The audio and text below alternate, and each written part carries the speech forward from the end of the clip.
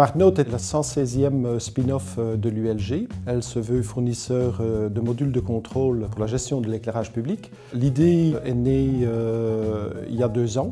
L'ASPI a décidé de travailler sur l'éclairage public de ses parcs industriels et voulait réfléchir à des nouvelles méthodes d'éclairage.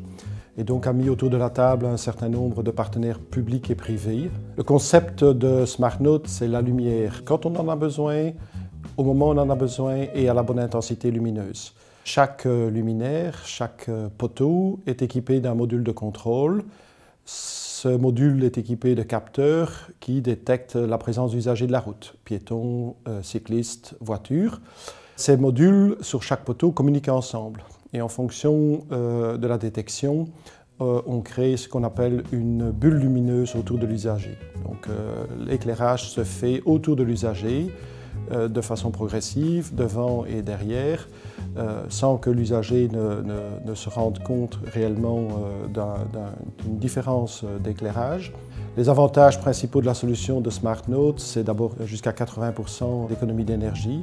C'est aussi un plus grand confort visuel et une sécurité accrue, puisqu'on maintient l'éclairage aux normes européennes à tout moment, autour de l'usager. C'est aussi un coût de maintenance diminué, à peu près de 30%, puisqu'en éclairant moins, on augmente la vie du luminaire.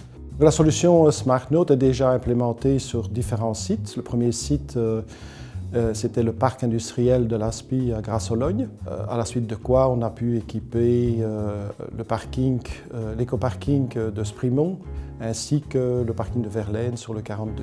Je suis réellement fier de pouvoir annoncer que la Régie d'électricité de Wavre nous a donné un business pour équiper un quartier résidentiel.